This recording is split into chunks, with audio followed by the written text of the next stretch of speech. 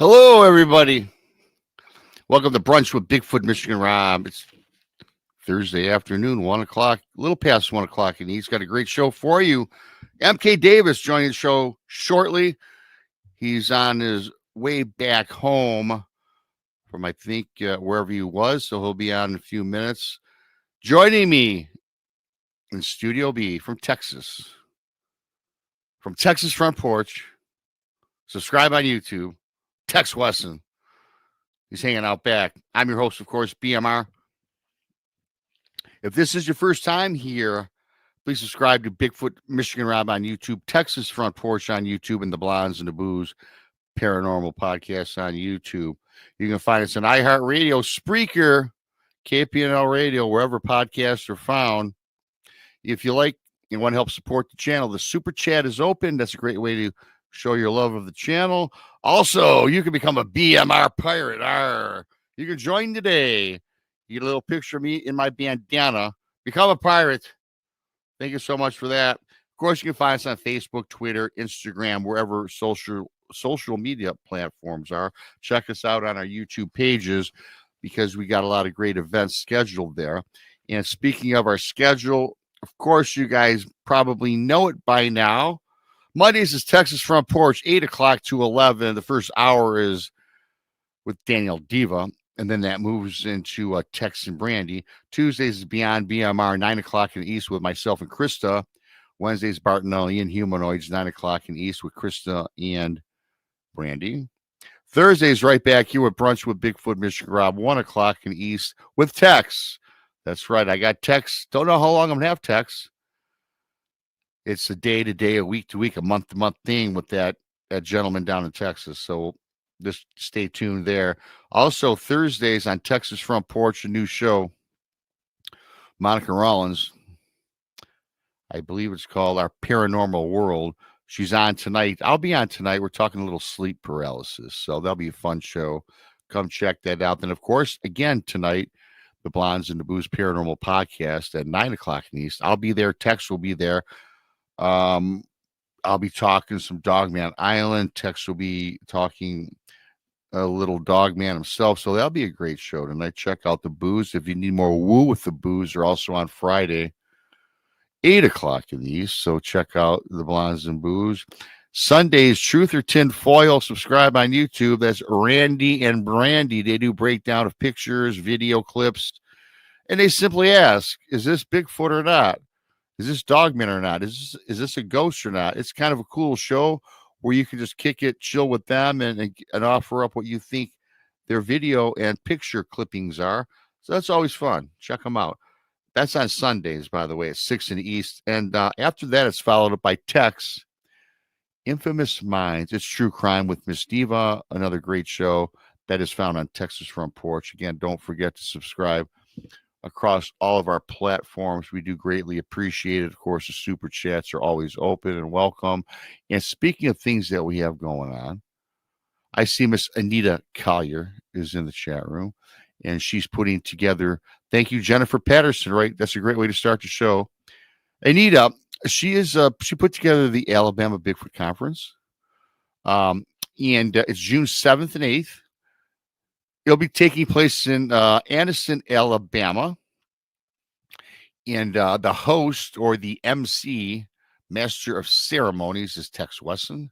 Speaker lineup is really cool. Barton Nunnally, Daryl Denton, the Blondes and the Boos, Jason McLean, Greg Ogles, Martin Groves, and, of course, yours truly, Bigfoot, Michigan Rob. And I must tell you, the tickets, you can't find these prices at any conference. $30 online, $35 at the door. You can find that on BamaBigfootConference.com. Also go there to check out our meet and greet on June 7th. It's already booked, but you will not be turned away by us, nor will the restaurant turn you away. We're having a meet and greet. Again, you can find that on the website, BamaBigfootConference.com. It's brought to you by Sidekicks Paranormal. That's right, Sidekicks. And there's something else on this thing. I never seen this before. Paranormal with a twist. I don't know. Coming soon. I don't know what Tex can elaborate on that. I also want to thank everybody for buying my book, Bigfoot Michigan Represents True Cryptid Encounters, Book 1, found on Amazon. The link is in this chat. The link's on my YouTube page. type in Bigfoot Mystery Rob on your browser on Amazon. And if you have gotten an email from Amazon, please respond to the email and give a review. That does help promote sales. Book 2 is also on its way out. Book 2 will be out on the bookshelves and on Amazon sometime in early to mid-summer. I'm looking at a June 15th release date, I do believe, right after the conference. So check that out. Check that out. Now, with that being said, I'm going to bring up my buddy Tex. I got him right in the middle of spitting out his chaw. Yeah. What's up, buddy? Oh, man. I'm up here in Tulsa, Oklahoma. Came to see a sick dear friend of mine, and going to hook up with Ranger here in a little while after the show. And we had MK, but he left us. I don't know. I guess he's there he is again. He's coming back. Yep. It's been a while since I caught up with old MK. We've known each other for quite a while, but I got some other questions about. I've talked to him till nausea about the whole Patterson Gimlin Film. I got some other stuff to ask him about. Oh yeah, MK. I see MK's back there. We're going to touch on. MK is world renowned. I mean, he's a great photographer.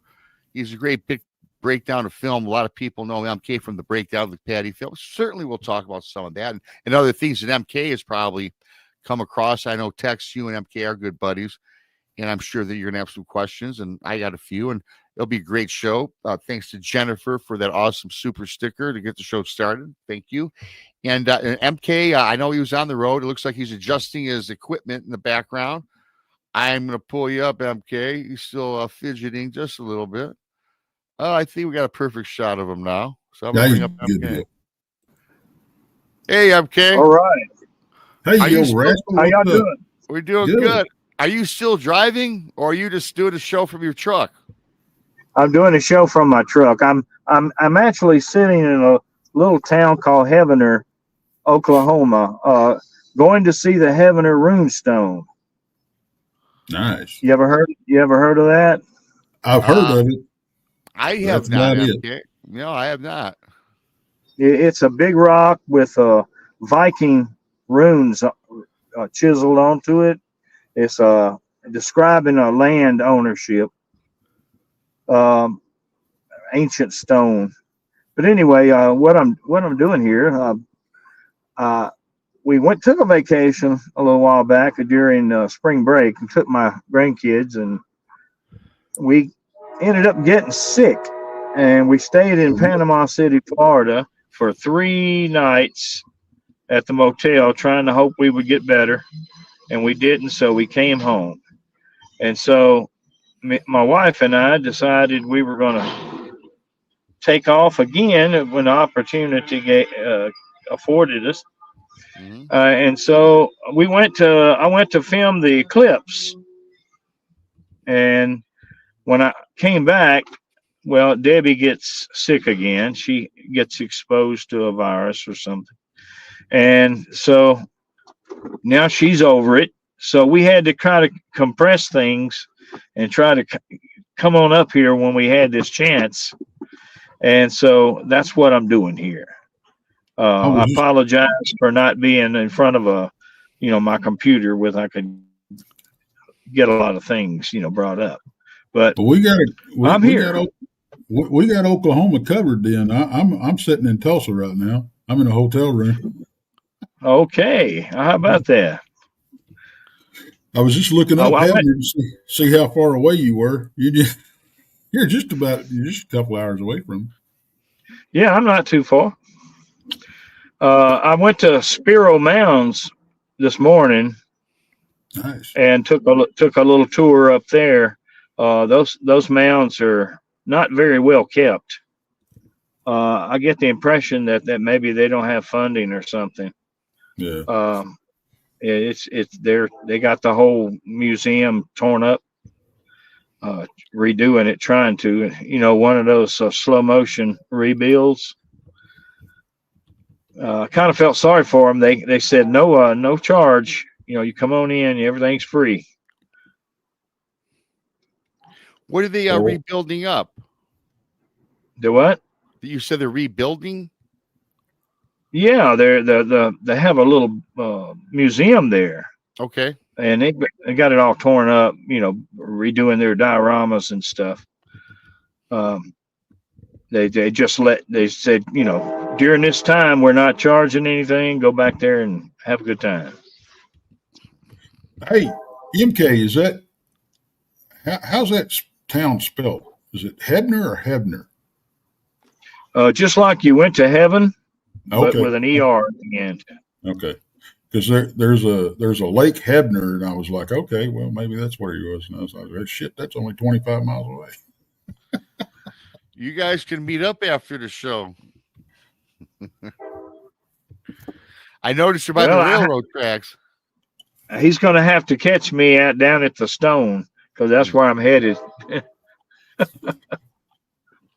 Well, I tell you what, I was going to say, I really do appreciate you coming on. You didn't have to apologize for not being at home, back to your computer, coming on during your little trip here. I really appreciate that. And so thanks for taking time out to come on. That's awesome of you. Thanks.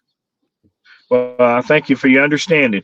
It's you know, these types of things are happen, and you don't want to just put it off indefinitely. But everybody was geared up, you know, to go and get their minds in another, you know, setting.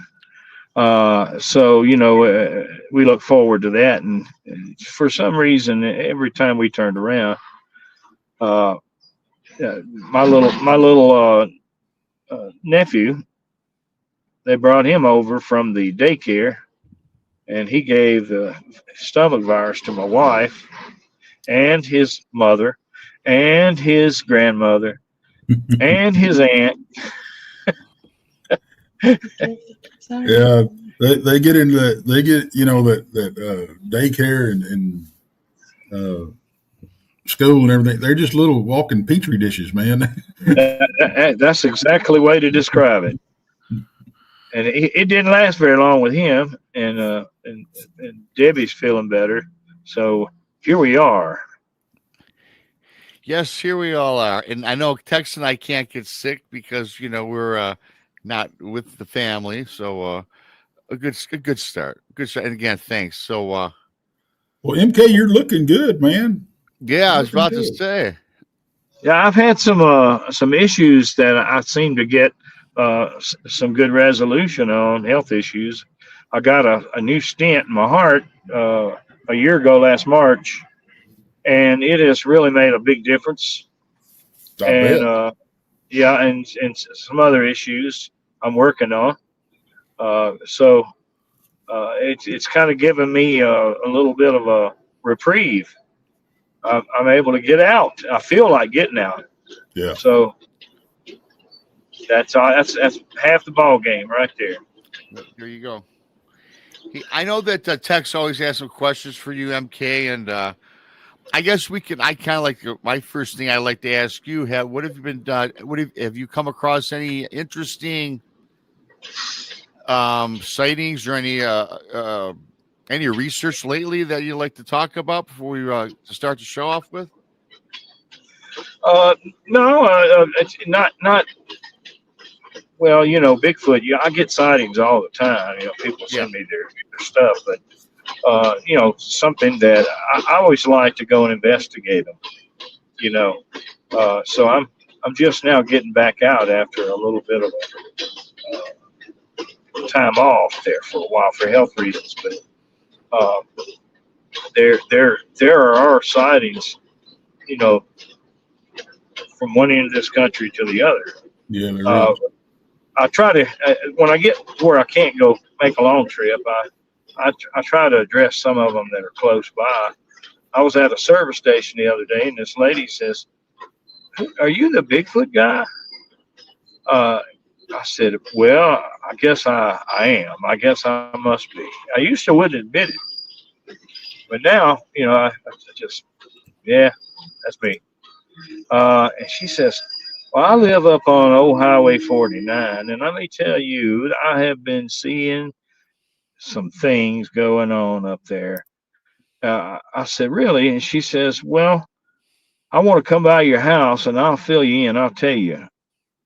And I said, well, you know where I live? She says, yeah, I know where you live. She says, well, I'll be up there. I hadn't seen her yet. But I have personally received reports from that same area in years past. Right. There was a couple that was parked in a car. This is a gravel road. They call it the old highway. And it's surrounded by woods, both sides, right up to the edge of the road. They said a big, giant hand showed up in the window. It covered most of the window. It just splat right up against the window. And they cranked up and took off, scratching off. They couldn't sit there with that. So that's it's not the first time that area has had mentioned. People have mentioned it. Why don't you remind everybody where you're out of? I'm in Mississippi. I'm in about central Mississippi. Yeah, it's got some pretty wild areas in it. It's got a lot of agriculture too down in the Delta. But even down in the Delta, they have these lands they couldn't drain, couldn't cut the trees. They got an area about maybe 45 minutes from me that's got trees 1,500 years old. Wow. Big cypress. I mean, huge. And so that's what you call virgin timber. And been there always, and everything that lives among them has always been there. And people all around there. I had a guy did a chupacabra report. He didn't live no ways from there. He said two chupacabras came into his yard, and him and his wife watched them under the street light. And I said, what they look like? He said, they look like nothing I have ever seen. They didn't have any hair. They just had skin, had a big hump on their back. And they went over to down the creek, down the bayou. His neighbor over there had goats in a pen, and they killed all the goats, made the horse jump over the fence. Damn. I first heard about it on TV. I saw it on TV, and I went and found the guy, and I interviewed him and his neighbor, and then I went back, and he said it had been seen by another guy that an ag plane flew over real low, and it scared it, and it stood up out of the tall grass on its hind feet, and stood there and watched the plane go over. A man in his car coming by in his car saw it.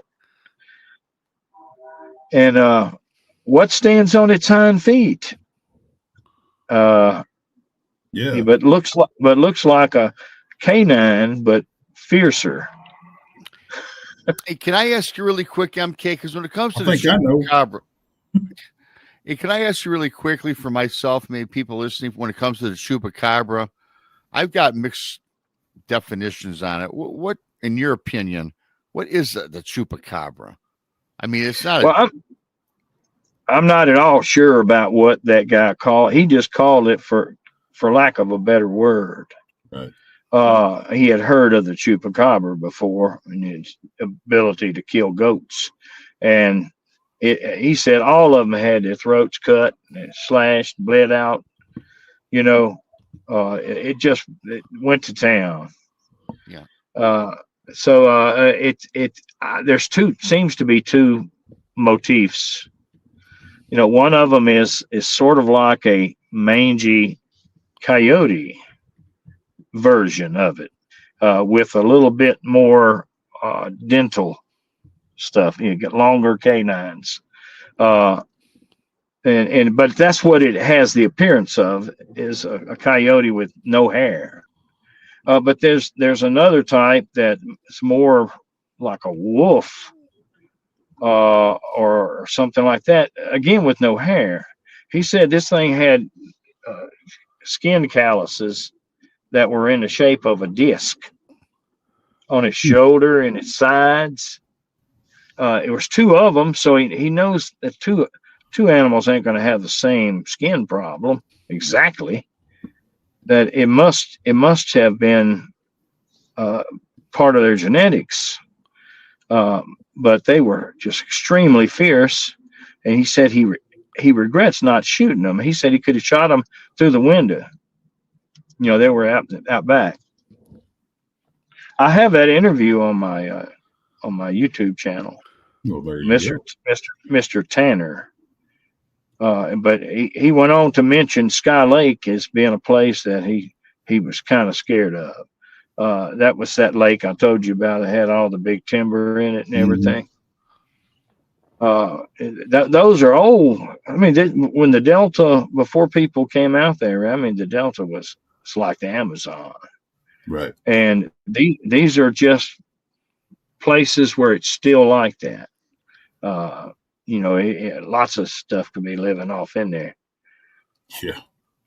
That's, you know, and people don't, and I was talking about this to my nephew on the way up. People don't realize, you know, they see all this land and stuff and pictures from the air, but they don't realize how much of that land that has never been touched by a white man's foot. That's absolutely correct. They call it, there's some land over there out further in the Delta. They call Delta Depths. It's too much water in there. You know, they just never cut it and cleared it, and it was just too much trouble, so they left it. And it is.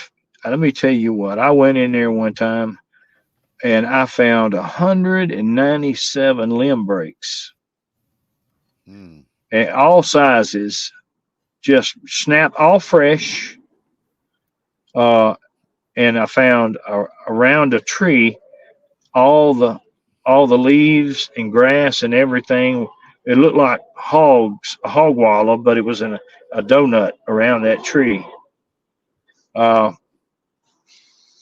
then I went back the other day and I found a bare footprint in a fire ant bed, just the front of the foot, you know, the ball. Yeah. And that seems really strange to me, but I've seen that before. It's got something to do with some medicinal purpose. You know, the fire ant venom has a beneficial effect on joints. But you know, I knew what I was looking at. But you know, the average person may not think about it too much. But you can't stick your foot in a fire ant bed very long. Oh, you know what, MK, really quickly. This MK, maybe 10, 12 years ago, I was in South Carolina. My buddy had bought a house and had a right on the not on the lake, but it was a lake that connected to the ocean. And his property, that grass in South Carolina was like very, very coarse. In fact, you couldn't walk barefoot. And one of my friends brought his kid up there about 4 or 5 years old on this trip. And I got to tell you something. I never knew about the fire ant until this day when his son walked into the fire ant mound. And within a matter of seconds, there were fire ants running all the way up his ankle to his knees, biting the heck out of him. It was so bad and so painful, and he got so sick that he had to get rushed. We had to call the emergency 911, and the emergency people had to pick him up, take him to the hospital. And he didn't die. I don't know if you can die from it, but it ruined their whole vacation, and we just lost them. So anyway, Tex, yeah, you know about the fire ants, and you say it can't kill you? Oh yeah, if you get stung enough, if you have a reaction to them, you know. I was a few years ago. I was I think I was. What year was that? I said 2019 maybe or something like that. Anyway, I was at Jefferson Conference, and me and Bob we pulled up and was going to we parked my truck. I bailed out of my truck. I stepped right in the damn middle of a fire ant bed. I shook my britches right there in the parking lot, Oh, trying wow. to get them off of. You just about have to, because by the time you realize you got them on you, they're all the way up your britches. You got that right. Well, the lovely Anita says they signal each other to bite. And of course, she is putting on the Alabama Bigfoot Conference June 7th and 8th. Thanks, Anita. Sorry, MK. Go ahead. Yeah, that's the kind of thing that you find out in the wilds of the deep south. But now, even up in the Carolinas, they originated in South America. Mm-hmm. They came up on a boat to New Orleans. They came off of one of the banana boats, and much to our dismay. But they do have a venom that is beneficial for if you got anything like arthritis in your joints. It's supposed to alleviate it, but you have to be careful. Yeah. And I've seen this before. I've seen bare footprints in fire beds. This is out in the woods. I mean, out in the deep woods. So I don't think it was a person. It was somebody with a really big foot. Stuck the front part of his feet in that fire ant bed. Well, that kind of narrows it down to what it can be. Yeah. Well, you get around Bigfooting for a good long while. You pick up on some things that the average person might not ever pick up on. They see that, they may scratch their head. Hey, well, look at that fool. Yeah. But it's I could tell it wasn't one of us. None of our species did that. It was another one lives in the woods. I wanted to ask your opinion. What do you think about the whole Dogman phenomenon? Because I never heard of a Dogman. You seen one up close? Yeah. My first encounter that I ever had when I was 16, he's about 30 feet away from me, ran across the road, and I was on foot. I mean, there ain't no mistaking what I saw. The first time I've ever heard of a Dogman, it was a Native American, Tuklo Neshoba, who mentioned Dogman. I'd never heard of it before then, and this was way back when the early days of the internet. And he gave a description of it, and I said, "Whoa, it's not Bigfoot, but it's kind of a scary proposition." It is. It is. I've kept my mind open. I haven't run into a lot of stuff that tells me Dogman, but what this man saw stand up and look at that ag plane, it did. It fit the description. Yeah. So maybe his chupacabra was in fact one of them or two of them. It's possible. The one I saw didn't have. Of course, most of the times on Hollywood when they, the werewolves they put on Hollywood, they're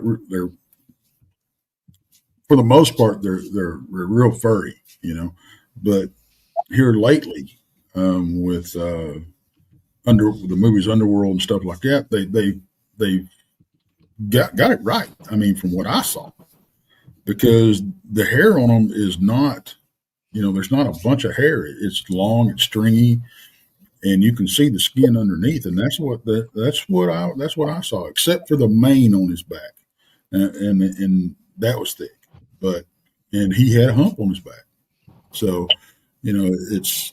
Yeah, that's what the guy said. He's had humps on their backs. Mm-hmm. He was amazed. He was so amazed. He had a gun right there in there with him, but he said he was just staring in amazement at it and let the things get away. His dog came around there, and the thing was gonna jump on his dog, and he hollered out the window and got the dog to run off, and that thing both of those things ran off. Mm. Yeah, there's a lot of stuff out there that we can't explain. That's for sure. I've been doing this for several years now, and it never fails, man. I come back with more questions than I do answers. Yeah, me too. You know, That's one I of want them. that is one, and I was going to ask you too, and it's not necessarily Dogman MK because you've been doing this a while. I'm not going to speculate on how long. Certainly a while, and of A course, year or two anyway. yeah, maybe a couple of years, yeah, and we all know about your fantastic work you do breaking down Patterson Gimlin Film. It's awesome work, but also with your experiences, what has been the most creepiest? Were you just were out in the woods or doing your research and you came across something that really made you think to yourself, why am I even out here doing this? Did anything ever scare you out over the past several years, decades, or what have you? Well, yeah, I've had some experiences that made me think. I'll tell you that. One of them was at Bluff Creek, and I had some Japanese guys with me, and they wanted me to take them down there to the film site, and they wanted to reenact the filming. So I took them down there, and we came across this set of tracks that were 4 inches deep on that ground I could not even put a dent in. Yeah. And yeah, I knew that this thing was heavy, heavy, heavy. And that night, I told them they were afraid of bears, and they had stopped at Walmart and I told them to get a bell, and I meant a bell, like a jingle bell that you put on your backpack to ring. It rings when you walk, and they don't surprise the bears.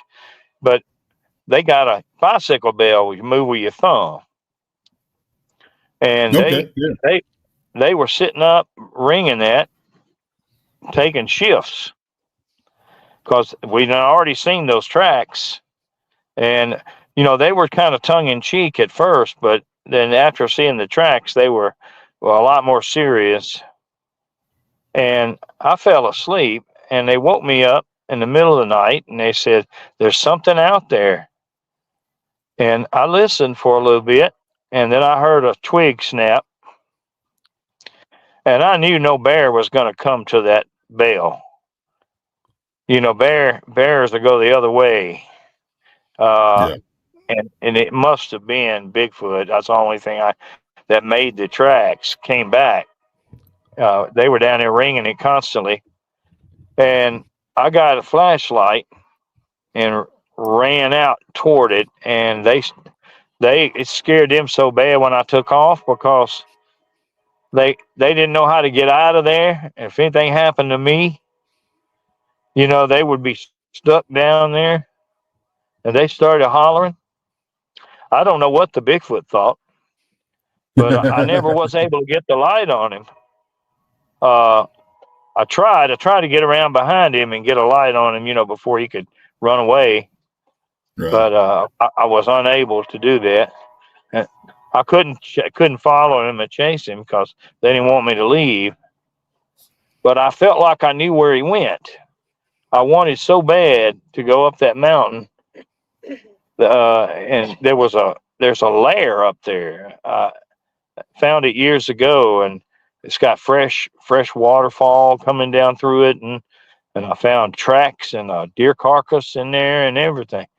I felt like that's where he went to, but they just wouldn't let me leave. Yeah. I've I guess that's one of the things when you take somebody out that's not that hadn't that don't know their way around, or don't know the whole, don't know how to react, and they get spooked, and it's hard to chase things down like that, because you don't want to leave them alone.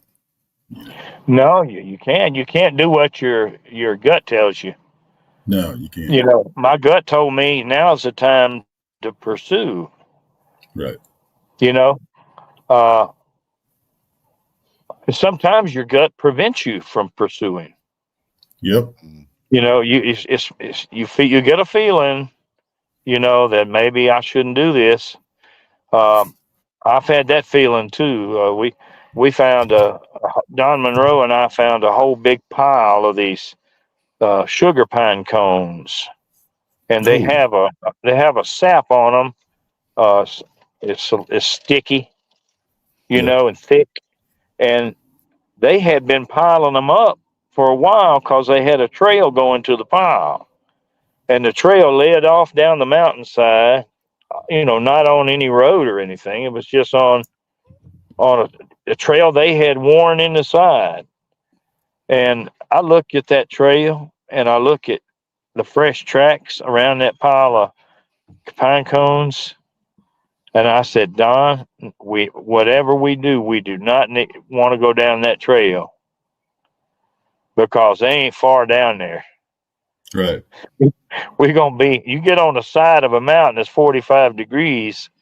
You're you're just wide open for Oh anything. yeah. You Oh yeah. can't defend yourself. No. And so we actually probably shouldn't have done that, but we took a big old bunch of those pine cones and loaded them up. I got them at the house now, just with the sap still on them in a garbage bag. Nice. Wow. Yeah, but You know, they probably didn't like me for that, but I'll always remember them. Well, let me ask you this, MK. A lot of people gift the Sasquatch and they have their sites and their research areas. And I hear a lot of stories about they start gifting the Sasquatch and then maybe the Sasquatch will replace it with something. If they give them a toy or a stuffed animal, it gets replaced and the Sasquatch gives them a pine cone or something. It doesn't matter what it is. But then I heard, though, if you make it a habit or habitual, this is habituation, of course, but if you were to stop that and they got used to it, do they seem to get a little irritated? Like, hey, why'd you stop? And have you ever heard stories like that where they become a little more aggressive in the areas? I have. It's not safe to interact with the Sasquatch. It's not safe. Mm-hmm.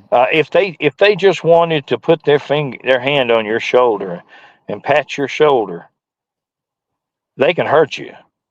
They, yeah. they're they're they're they're so they're dense, heavy, and strong. They have twice the muscle mass. Yep. Uh, a cubic inch of Sasquatch flesh would weigh double what a cubic inch of mine and yours would. It's just not much way to even be friendly with them on a touchy feely way. You know, I wouldn't recommend anything unless it was done from kind of a distance. Yeah. Uh, if you don't want them coming up into your camp with you there, a person is at great risk when they're in their tent. And I've heard these stories where they'll reach in there and feel of your head. Oh. Yeah, that your head could turn into a cantaloupe. Well, their hand is like a vice, right? The hand, it has to be the Oh power yeah. of a vice. Exactly. You've seen what they do to trees. For sure. Uh, and they're not even trying hard. That's just fun, having fun in the woods. Uh, it's not a safe thing. If you have to, if you're aware of it, I think you can manage to stay safe. Yeah, yeah. But if you get a little bit foolish, and that would include swapping things. You make them feel like that they want to come and pick you up and laugh in your face. Uh, you wouldn't fare too well.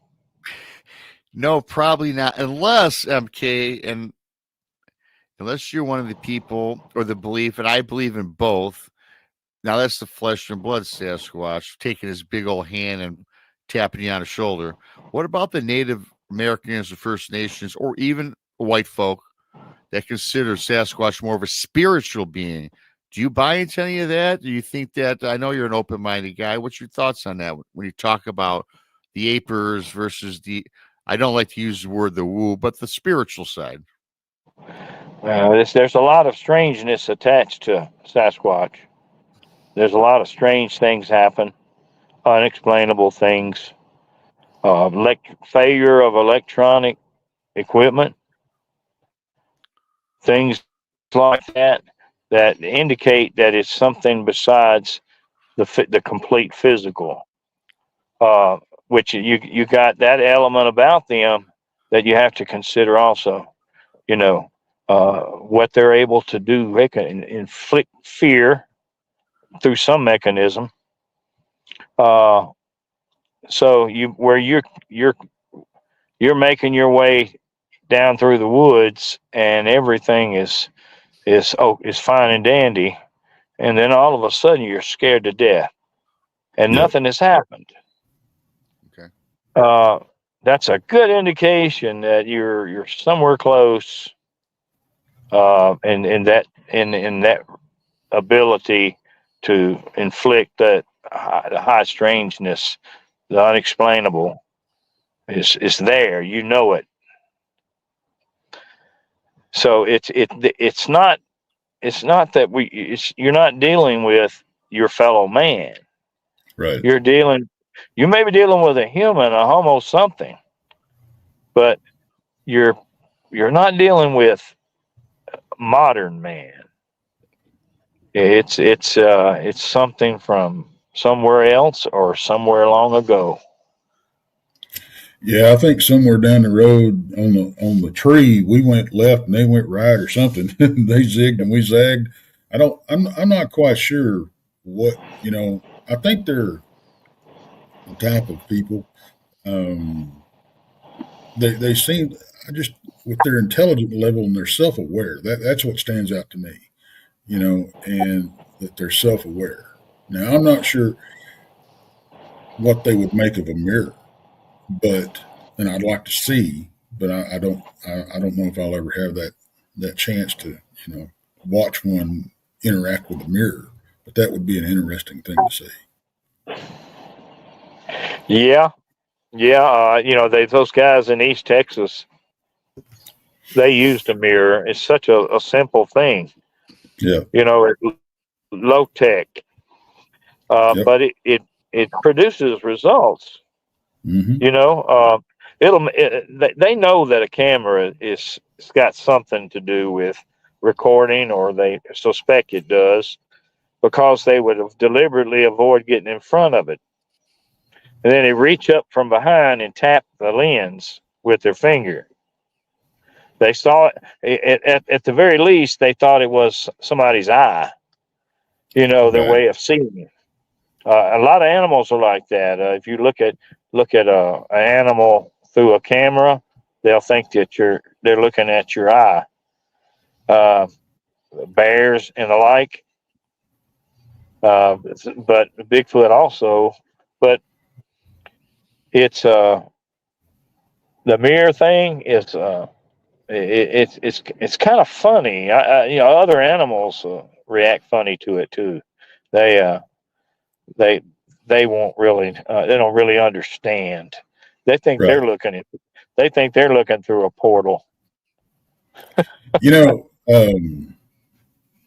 There. Keith says, "I wonder if the Sasquatch can see infrared." Several years ago, that was one of the hot topics. Can they see infrared? And it was almost talked about as if it was a superpower if they could. But what a lot of people didn't realize, there's a lot of normal animals, I'll say, that can see infrared, even primates. So, it's not out of the realm of possibility at all that they can see infrared. That's why I started using passive infrared cameras. It doesn't put out that infrared. It senses infrared.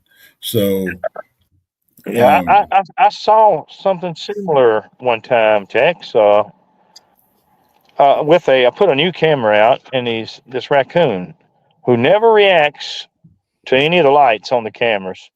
It just completely ignores them, like can't see them. yeah. He suddenly looked up at the camera and backed away slowly. Mm-hmm. Now he must must have seen the light or something about that camera made him back up and be cautious about it. And in one of the East Texas videos, they had some food in a cooler on a table, and they had the constantly running camera trained on it. And this Bigfoot walks backwards. He walks backwards into that cone of light with that infrared light shining, and pulls that ice chest out of that cone of light into the darkness, and then gets the stuff out of it. So obvious to me that it could see that light or knew where that light was. It did not want its face to be seen. It backed up. It backed up to the. It only showed its back. Right. But it walked backwards almost as good as forward. I'm not too sure that they haven't quite grasped the concept of, I can't see you, you can't see me thing, and I'm not real sure if they know the difference between a gun and a camera. I think anything that we hold up to our face, they're very wary of, because I think they probably associate that with, the guns and stuff that they've seen in the past, and bad things happen when we put something up to eye like that, whether it's being filmed or whatever, just, bad things happen. And I think they passed that down through, that part of knowledge through, because they've been watching us for thousands of years. If they're half as intelligent as we think they are, they picked up a lot of stuff, so, and I think we've learned from them too in the past. So, yeah, I suppose so. I'm not saying that there's not anything that you could consider a relationship as far as learning about or them learning about. It's don't get too close. If you have one of these habituation things going on, use some good reasoning to avoid making them mad or making them do something, out of the ordinary. I think I agree with that. There's some things I agree and don't agree with 100% when it comes to Sasquatch, but I do think, though, MK, is, you come across these encounter stories where a Sasquatch is throwing rocks at a person, much like what happened to me, or pine cones or something, or they'll let out this bellowing whoop. A lot of people, that's not always an indication of aggressiveness. As you mentioned, that's an indication of, look, I'm close by, I don't want you around. So maybe that's their friendly way of saying, get out of here. Because I think that their precision, if they wanted to hit you with a rock, I think they probably could. Oh, yeah. You hear about the stories where they land a foot in front of you. Well, that was a pretty precise toss that says, hey, Rob, AMK, turn around. I agree. Go ahead, Tex. Well, I was just going to say, I've had them chunk rocks, little rocks at me getting, I've sat here and I've sat in the camp and watched little pebbles sail through the tree line, and ding my partner's hammock that he was sleeping in. I've had rocks about as big as a golf ball hit the top of my truck out of nowhere, so. I've seen them bust a 4-inch tree clean in half and push down on the stump of the tree until it split. Yep. Now, that impressed me. The rock, I wouldn't want to be hit by a rock either, but if they grab you, if they ever lay a hand on you, if you ever got them started. Yeah. Well, this is a good time. I'll do the 52-minute pause for Randy for the podcast. Everybody for coming on, and thanks for subscribing to Bigfoot Mission Rob on YouTube. If you're new, please subscribe to Texas Front Porch on YouTube, the Blondes and Boos Paranormal Podcast on YouTube, and also Jennifer Patterson. Thank you for the super sticker. Super chat is open, and become a BMR pirate today. So we got that in for our buddy, our tech man, Randy. We got to do that for the StreamYard end of thing, or not the StreamYard, the I don't know, Spreaker side of things. Yeah. So there we go. Podcast version of it. A podcast version of the show. Okay. You kind of fell off perfectly, MK, because I had to take a 15-second ad, so to speak. So now you're back. So I haven't had a chance to talk to you, MK, in a while. And I don't know if you heard, but uh-oh. You're just getting some dead clouds must be covering the towers out there, and I forgot what state he said he was in. He's in Oklahoma. He's 2 hours down the road from me. Yeah. There, he's back. Yeah. All right. Like I said, I haven't got to talk to you in a while, and I don't know if you heard or what, but we pulled some handprints out of the field off our trucks, and when we get off air here, I'll show them to you. Because, I mean, well, you know what, Tex? This is my favorite one. Yeah, that's it, MK, right there. That's the best one. Let me know when you've examined it, and MK, and I'll pull it down so we can see you in text. Okay, you're showing them right now because I don't see them. Oh, really? Well, yeah, it's up there. Maybe because you're not on. Yeah, you got to be on StreamYard. You don't see anything on your phone. You're using your phone, MK, obviously. Oh, yeah, I'm using my phone. Yeah, you should see it, but I'm not going to. If you can't see it, I'm going to pull it down. But everybody it's new to the show, or first time seeing this, text, why don't you walk them through it, and I'll pull that down, and then MK can listen to your you verbalize it. Okay. But these handprints that we got off the truck, we were able to identify 3 different sets of prints, and they're all small prints, and none of them are higher than the bed of the truck, and they're all the edge of the bed of the truck, and they all seem to be reaching up. And we got a few that have where you can see the fingerprints themselves, and they run horizontal. None of them swirl. I've had fingerprint experts look at them and say, I can't tell you what it is, but I can tell you it's not human.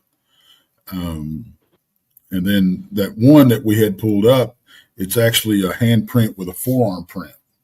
And there's just a lot of, I mean, it's real hairy. I mean, the hair was probably that long, you know.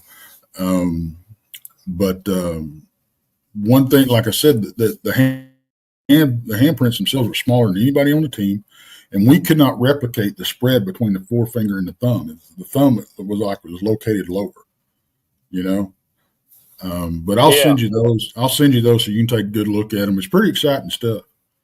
And we, I actually had I found a stack of rocks in the bed of Bluff Creek, and it was so fresh that the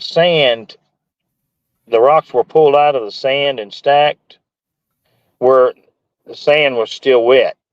Oh, wow. And you could see the holes where the rocks came out, and they left a kind of a muddy, sandy palm print on the top rock, and it had all of its dermal ridges were horizontal. Yep. You could see the dermal ridges. I got that picture. I'll try to get that for you. Okay. That's strange. I looked it up. There's actually a genetic defect that a human, we could have that as well. I forgot what they called it. I'd have to try to find that again. It's got to do with the chromosomes. It makes all of those swirl patterns go horizontal. I hadn't heard and about the that. creases also. Yeah.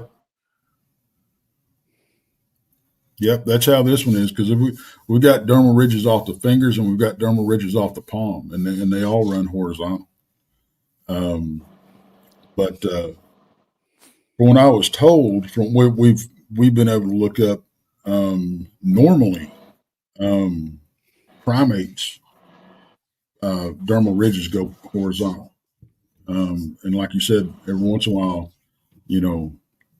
humans will get a Yeah, it's just defect. But occasionally. yeah. Yeah. Hey, That's quite a thing. Yeah, Go ahead. it is, and that Tex will have to send you that. Like you're going to send Tex that picture. Tex will have to send you that to analyze that, because that's a fantastic print. MK. It was 2022. You're on me and Tex. We did a breakdown of the Patterson Gimlin film. We talked a lot. We don't have to talk about that. I reposted that video about 2 months ago, and we were first started. Now it's hit over 4,000 views. If anyone hasn't seen it, it's in the archives. And we talked about a lot of things, some of it speculation, some controversial. But the question I keep getting asked from that video, I don't know if you recall, was at the end of the Patterson Gimlin film, what is your thoughts on what happened at the end of the film? You're talking about when she's real small and walking away? Yes, right towards the end, it fades away. Yes. What do you think? I could talk about possibilities. Yeah. But as far as it doesn't give you much there.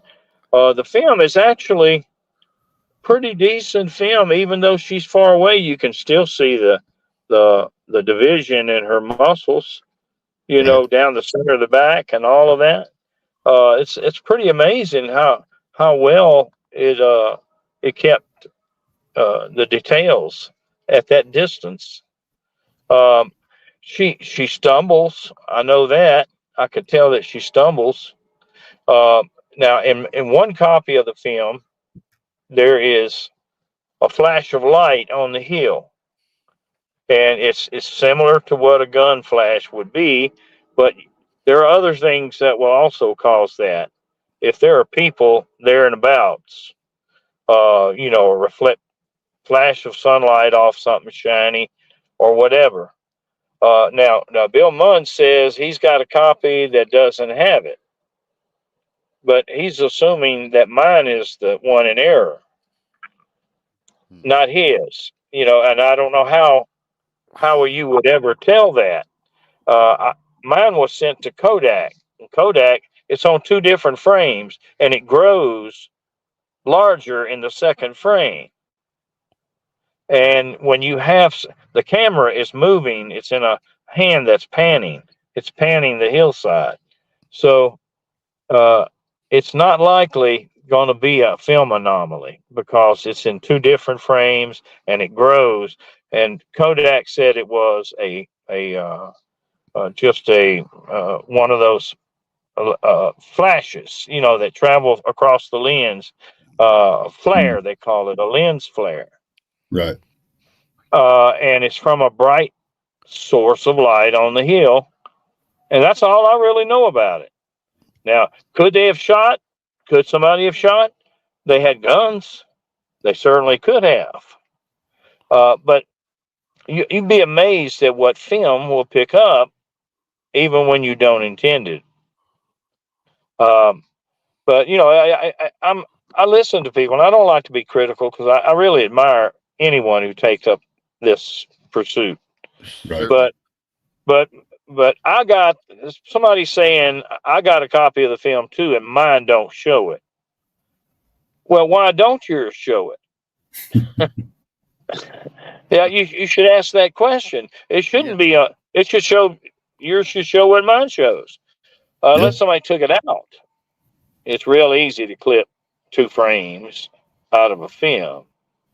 Other versions of the film have only 1 frame. It's in 1 frame. It's in 2 different frames with mine. I had a good source. Those things are a forensic look at the film. Right. You know, I never felt like my job was to totally explain, other than to say this is on it, that is on it, that is on the film. And so when I come to that, I have to say that is on 2 frames of the film.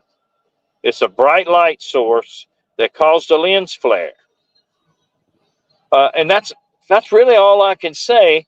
But as far as she stumbles, you know they got guns, and there's a lens flare. Well, I mean, reasonably, you shouldn't be laughed at for thinking that they could have. Yeah. Yeah. It's a possibility. Anybody can pull a trigger at a heat of a moment and regret it. Yeah. It even happens every day in society. Well, fear and adrenaline plays a lot, and when that stuff happens. And I'm sure there was a lot of both going on at that point in time. Well, I'm certain it was. I know where mine would be. It would be out the top. Yeah. Because that's broad daylight in the open, right in front of you. Yeah. Yeah, and it's something that's not supposed to exist. Right. It's you got something. You got film of it. But there are things on the film that you really can't talk about or can't explain. And, it causes a lot of pride. It'll cause a man to not say anything for 33 years. Mm-hmm. And that's what Bob Gimlin, he never said a word. No one knew where he was for 33 years. And he shows up in 2003, and he starts to hit the conferences and everything, that's fine. Bob Gimlin was part of history. He is. Yeah. And it's not up to me to be a judge of anyone. So all I did was describe what's on the film. Now, I've got some other evidence that has come forward that has really, really, it's pretty good stuff. Really? And I really don't have time to go into it right now, but it involves other people. It doesn't involve Bob. At least it's not in the description of what happened at this particular time. But y'all, I don't know if y'all have seen on my YouTube channel the old bear hunter, the interviews with the bear hunter. I've had those interviews for years, but when I got ready to where I thought I might be having to retire from this, I got sort of wanting to just do a data dump and put everything I had that I even thought might be relevant out for public perusal, because you ain't going to get that another film. I say you might not, but it hasn't happened in 50 years, so that somebody could add to it, or maybe launch from that point and keep going with it until they maybe got it worked out. You say. Let me tell you what, people don't go down into those. Go ahead. No, go finish up. Just go ahead, finish what you're saying. You can finish what you're saying, okay? Yeah, I was just saying that it's people don't usually go down into those woods without being armed. I'll give you a quote by Bob Gimlin when he was being interviewed by Ivan Sanderson. Sanderson asked Patterson, "Well, it's hunting season down there, and it's that a shot like that could get you $100,000." And Gimlin interrupted and said, anything with fur on it is likely to be shot. Yeah, So it's unfortunately. in the, that's in print. So that'll give you an idea of how a young Bob Gimlin was thinking 50 years prior to now. Well, whenever he had all of his physical and his adrenaline glands were working, he just said it like he felt it. Right. Well, and I can't speak for everybody, but even I went through the same mindset for a little bit. I wanted to put one on the slab, and because at that point I was like, well, that's the only way this thing's going to be solved and proven or whatever. But I've evolved, I have no interest in putting a bullet in one unless I don't have a choice, and I'm the same way. I've tried to look at it both ways. yeah, That train is making some terrible noise. I've tried to look at it both ways. As I grow older, I see the folly that it's really not that doable. You can shoot one, yeah, but what are you going to do about it?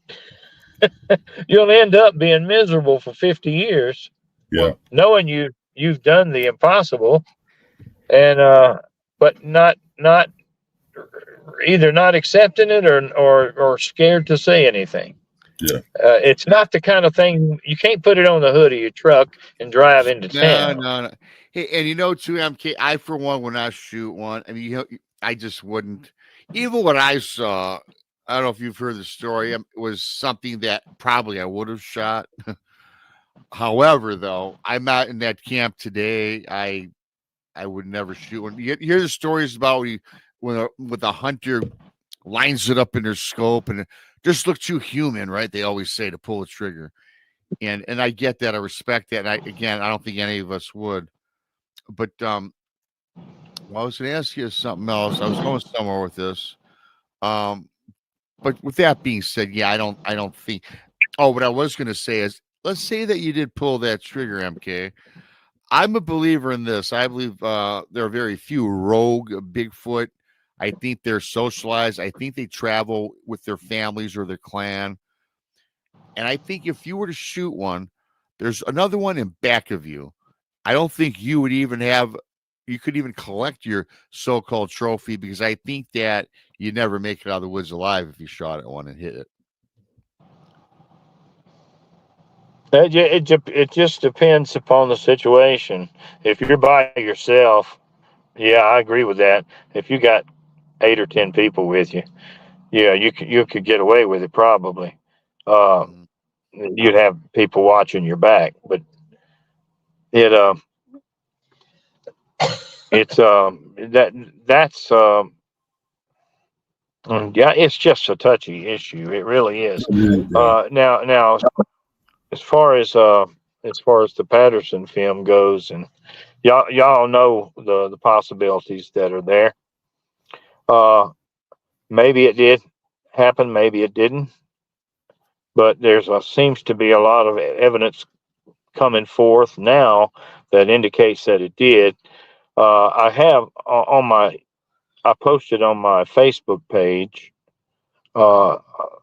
Ivan Marks shooting a Bigfoot and apologizing essentially for having to do it, and then he inserts it into a 1981 movie. I talked to his when I was told that he had done this.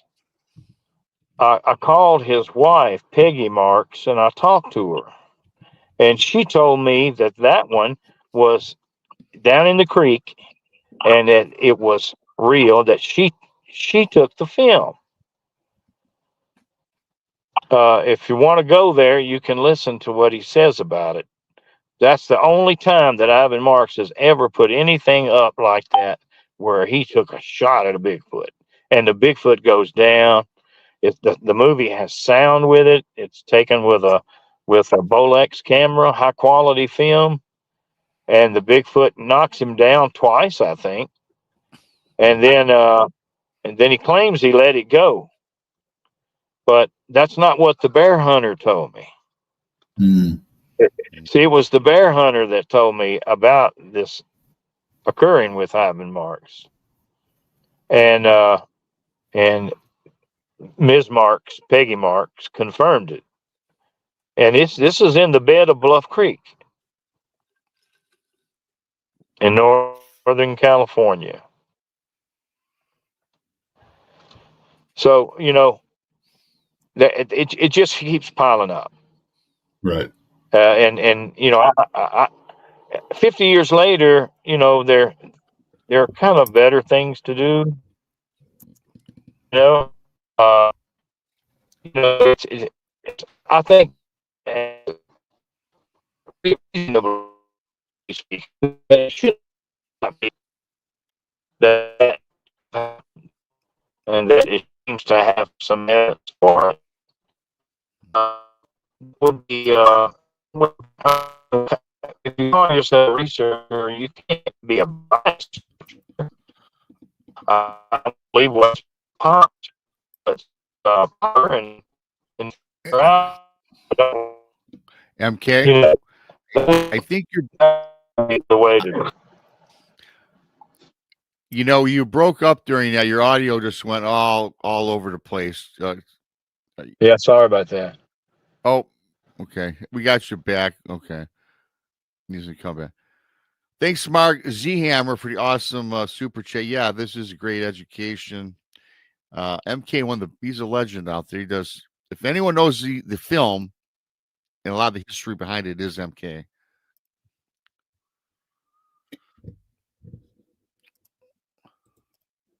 Whoop.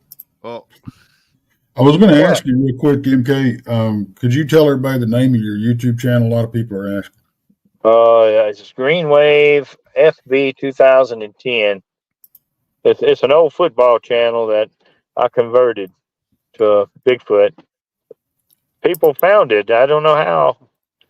I gotta say something. I referred back to the last video. It was a long time with me and Tex, and this one guy said, "Hey Rob, you got 4,000 views on this, and I can't find MK's channel anywhere." So I did give him the link, and I do have the link. And what I'll do, everybody, I will post the link like I normally do, though.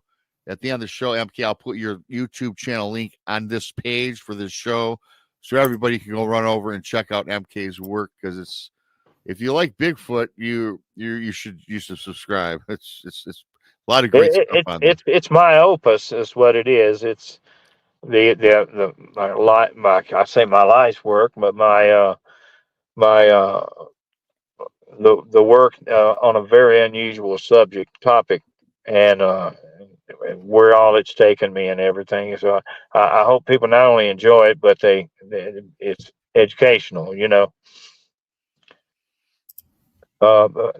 you want to see the Ivan Marks, him describe the shooting as you're seeing it happen in Bluff Creek, you can go to my Facebook page. I will make it I will twitch it to public. Okay. So many people wants to see it. Believe it or not believe it, Ivan Marks, the reason why I do believe it is because of what the bear hunter told me and what his wife told me. Right. And it is indeed, it fits the description of Bluff Creek, and it is that's where they said it was. So and then the tendrils go out from there. Yes. You can I can sit here for days to if you really want to know, it's almost all the Bigfoot activity from those days is in some way connected. There's dots. Yeah. And when it all boils down to it, they had a cabal of sorts. of Bigfooters that, before they had the internet, they wrote letters. It took you 2 weeks to get a response. It was these people knew each other personally. Well, anyways, that's about all I can say on it. No, you summed it up pretty good, and you actually went in depth on the show we did a while back. I got to ask you, all these tendrils that you speak on, you hear about maybe the flash of perhaps a rifle flash at the end of the video or during the the Patty video. But let me ask you, this is something, and of course, just your opinion, your thought process with this, because everybody's got a theory or a belief system. Often when it comes to Sasquatch or Bigfoot in general, not necessarily Patty, there's a flash of light. A lot of people suggest that if there's a flash of light, perhaps it's an orb of some sort or even a UFO. Have you subscribed to that theory, or have you heard stories from other people where, look, a Bigfoot appeared out of a ball of light, or there was a UFO sighting in the area? Do you think that's? I've heard that. I've heard that before. I don't subscribe or unsubscribe to it. If there's a lot of unknowns, maybe that flash of light. What I know causes a flash of light is based upon my limited experience. Right. What it actually is might be something beyond that. And so my mind is open on that. We really don't know for sure what we're looking at there, except that it's a source, an intense source of light.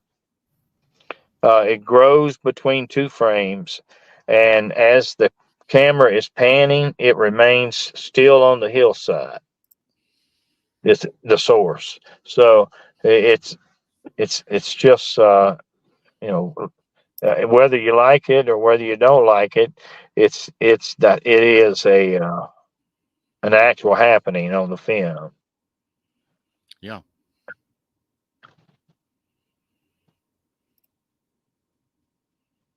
Yeah, for sure.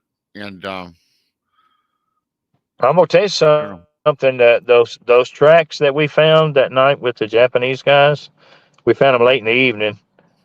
It was about 12 or 15 tracks, something like that, and they disappeared. They were making 4-inch deep tracks, and they just stopped. Again, you hear those all the time. How do they just stop? I mean, I got film of it. I I follow them one at a time. And then they just a good long try, enough that you could call it a trackway. Yeah, okay. And then it just poof. See, I mean, whatever made 4-inch deep tracks, stop making them. And they just ended.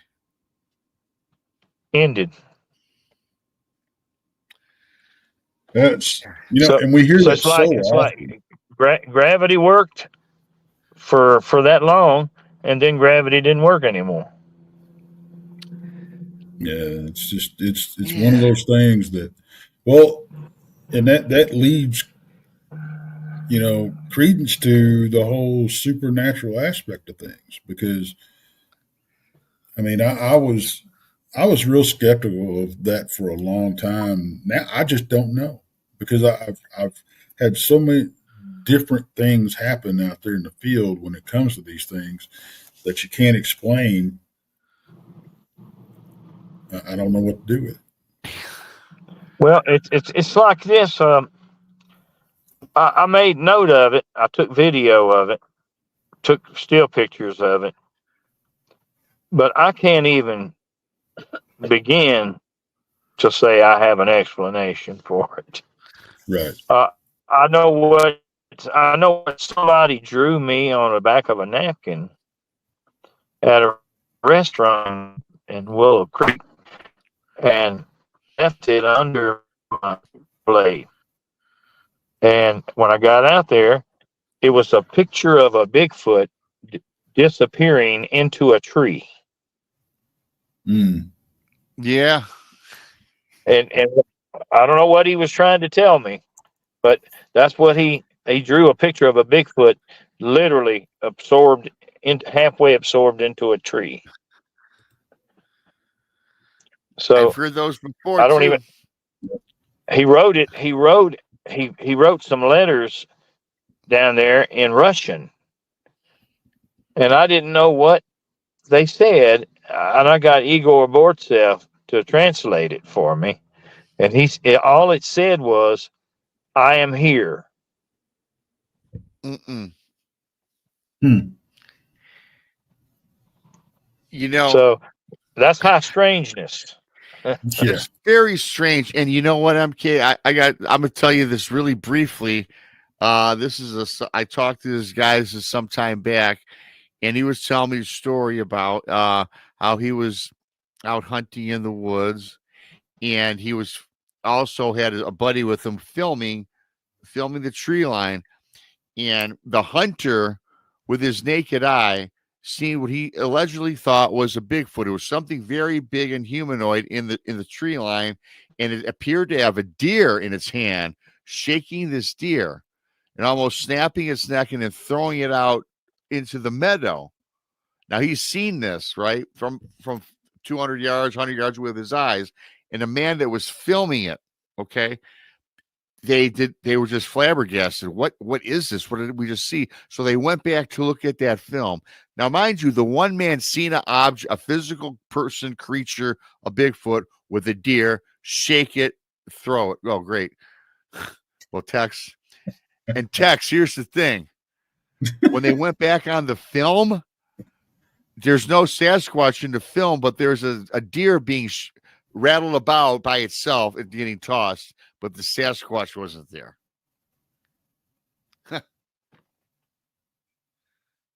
I mean, come on. Yeah, okay.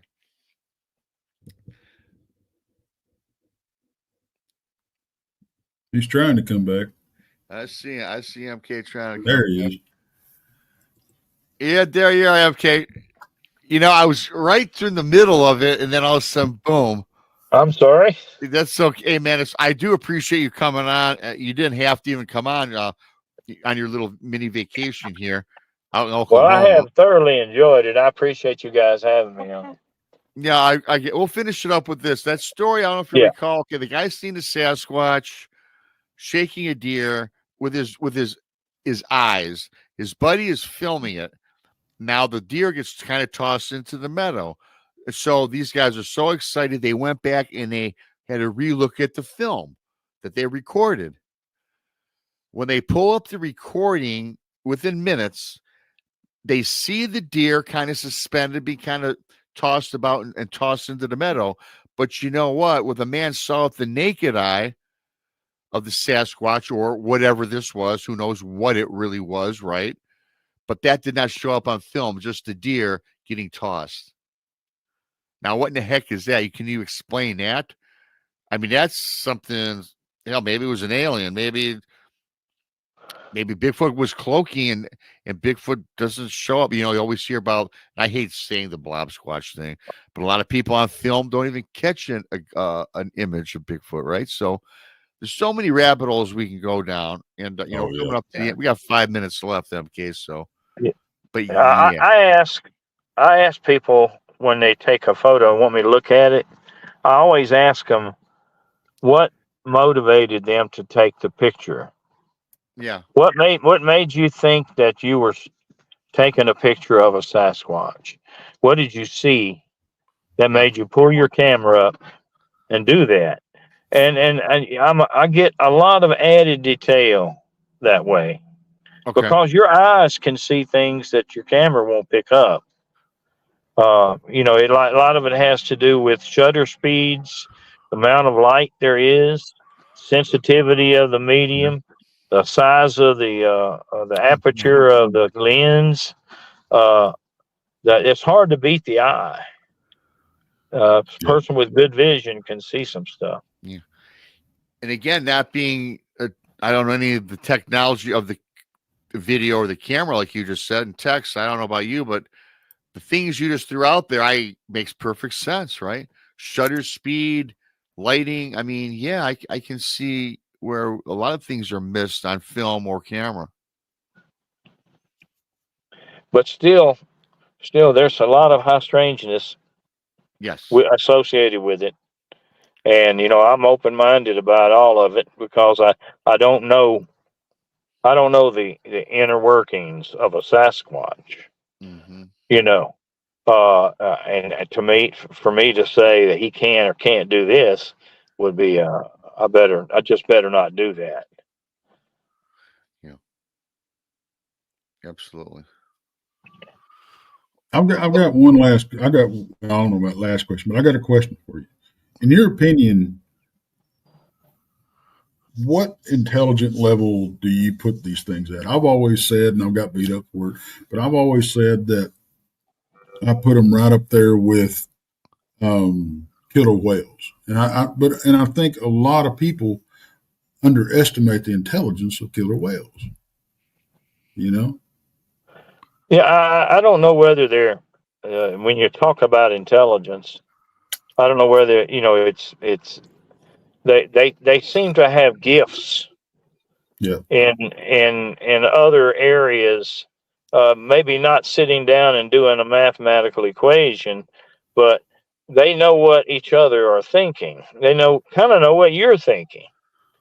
Right. It's kind of an amazing thing. They seem to be one step ahead no matter what.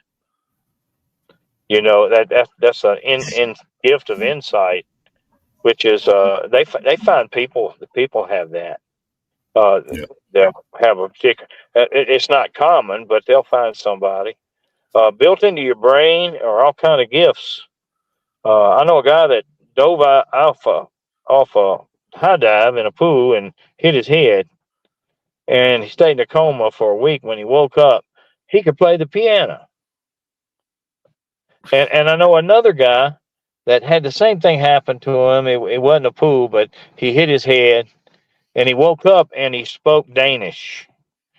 He never spoke Danish before in his life, and he could not speak English. He could only speak Danish. Now, where did I, that come from?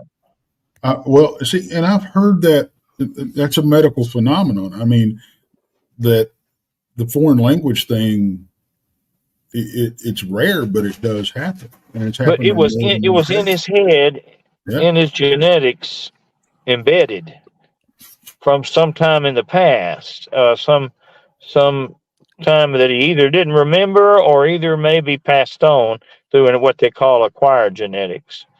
But Bigfoot, there's almost no limit to what he might have embedded in him. Which we don't know where they're even from. The Hoopa says they came from another star. They said they went back to the stars through a hole in the sky from off of two peaks in the Bluff Creek area. So if that's true, what does that tell you? That they have a source to draw on that we don't even know anything about. Yeah. Who knows what gifts they have?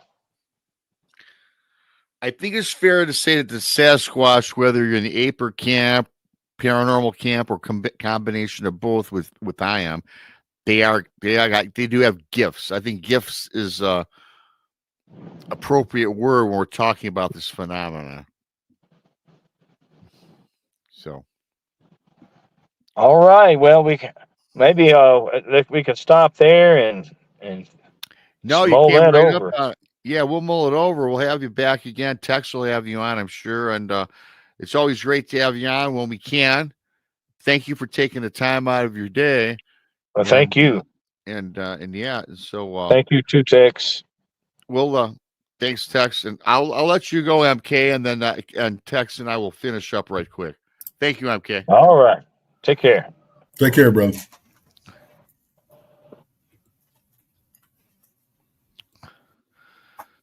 So yeah, it was a great show. Of course, Tex with MK Davis joining us. Always taking time. He's on a little mini vacation. He still was cool to come on from his vehicle, and we had a few snafus, Tex, but it worked out great, and it was a great show. And tonight, Tex, man, we're pretty busy. We just did the brunch show, and then we got a couple other things going on tonight, right? You got Thursday, Monica Rollins. She's on at 8 and I don't know if you're going to come on. I'll be on with her talking sleep paralysis. Tex, I don't know if you'll be on or not, but you may not, or you may. And then we've got you and I are going on the Blondes and Boos tonight, so we got a packed day with our family here. We do. I'm looking forward to it. I am too. I want to thank everybody for coming in. I wanted to thank Jennifer Patterson and Mark Z Hammer for coming on in for the super chats. That was fantastic. If you're new here, subscribe to Bigfoot Mission Rob on YouTube. Subscribe to Texas Front Porch on YouTube, and of course the Blondes and the Boos Paranormal Podcast on YouTube. We appreciate everybody coming on in. There's about 75 strong today, which was awesome for the afternoon show. So I do appreciate that. And there's Krista. Hi, Krista. We'll talk to you a little later. Thanks for coming on in. Working her bones. She's working right now, so she's cheating. Krista's cheating, Tex. She's listening. So, well, I'm going to find the button, Tex, and we'll take a break for a little later on this evening. Sounds like a plan. Thanks once again for everybody for coming on in.